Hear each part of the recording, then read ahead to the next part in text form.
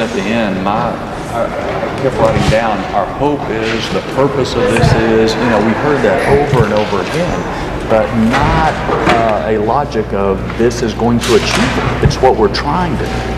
But so we're opening a new facility in a different part of Iraq to train, and we hope they come flooding in, and they will be trained and effective, and then we'll see if we can support them. I mean, it just doesn't give you a lot of confidence that this thing is on the right track. So what do you want to hear? Do you want to hear them say we're putting ground troops in for combat roles? No, not necessarily. I mean, I think we had some excellent questions, especially from our combat veterans, about the way we are tying our own hands in the air, on advisors being able to go into the field and so forth. So I'd like to try that. But as I mentioned at the end, we've got this, if Iraq cannot be an inclusive government, then we've got the provision in the bill to directly arm other, other groups in Iraq. And I think a lot of members, as you may have heard, are pretty much there. They're just not at all convinced the Iranians will let the Iraqi government be inclusive. Secretary Carter has said that arming the Kurds in Iraq could push the central government closer to Iran. Yeah, and then you'll have people say, can they get closer? I mean, I don't mean at all to disparage the intentions of what seem to be the intentions of Prime Minister Abadi. I mean, he's not Maliki. Yet,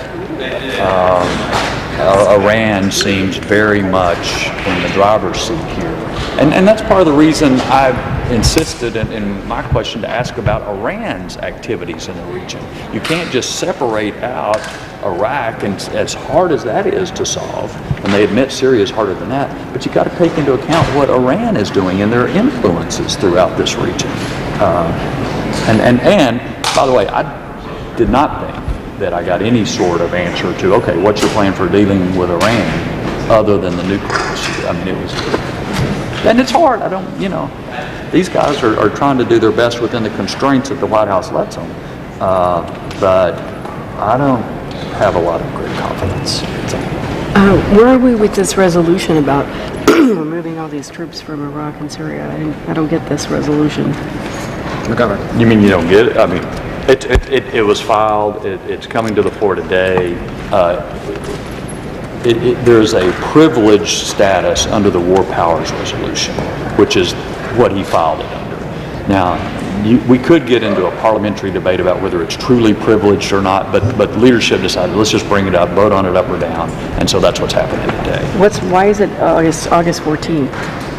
There's a provision in there that Is that they have to be removed before. He just has a time frame to get out, I think. There's no but it is magic. Days, right? Well, the War Powers Act has a time limit, 60 days or something like that. That's when it runs out. Yeah. Yeah. So all of this is filed under the War Powers Act, and if you file, you can, if something is not authorized, as I understand it, you can file this under the War Powers Act for a vote that would then force withdrawal within 60 days. So this isn't going anywhere. Well, I don't think it will pass. Okay. Now, I continue to have the opinion we ought to have the debate and vote on authorizing the use of military force. So there's discussions about that. But that's not McGovern. This is just a straight up or down, have to withdraw or not. Got it. Do you think it's a real AUMF debate, like some people are saying it is? I'm not sure I understand your question. I mean, that McGovern is a U.S. Right. Does Do you it think substitute that's No, Yeah. I do not think so. I think we ought to have a real AUMF debate. This is not it. This is withdraw now, regardless of the consequences. So, regardless of one's opinion on an AUMF or whether you think they have a strategy or not, I think a lot of people will not be prepared to do that. Yeah. And where are we with that? Larger debate on Lots of discussions, as I say, my opinion is we should have that debate, we should have that vote. The concern, two concerns are here. One is we don't have a strategy. So you're expecting me to vote to authorize the use of military force when they don't have a strategy to be successful? It's a hard question to answer. Second thing you hear is, okay, what if we try to bring this up and vote and it fails? What does that say to our troops? What does that say to our allies? And that's a hard question to answer too. On the other hand, part of my answer is that's what the Constitution says, even if it's difficult. And so, that's some of the back and forth among committees and leadership. What happens if the NDA is vetoed by the president? What happens then? What do we do? Oh, I don't know. We'll just take it a step at a time. I'm hoping that the Senate will pass it tomorrow, and I'm hoping we'll have a conference report quick, and I'm hoping that the president will sign it and not veto it. And if any of those things don't work out the way I hope, then we'll just take that as it comes. Also, but I'm sorry, just to emphasize, he's going to veto a defense bill, whether it's authorization or appropriation, that provides him exactly as much money as he asked for. In the world that we're just described today, how does any of that make sense?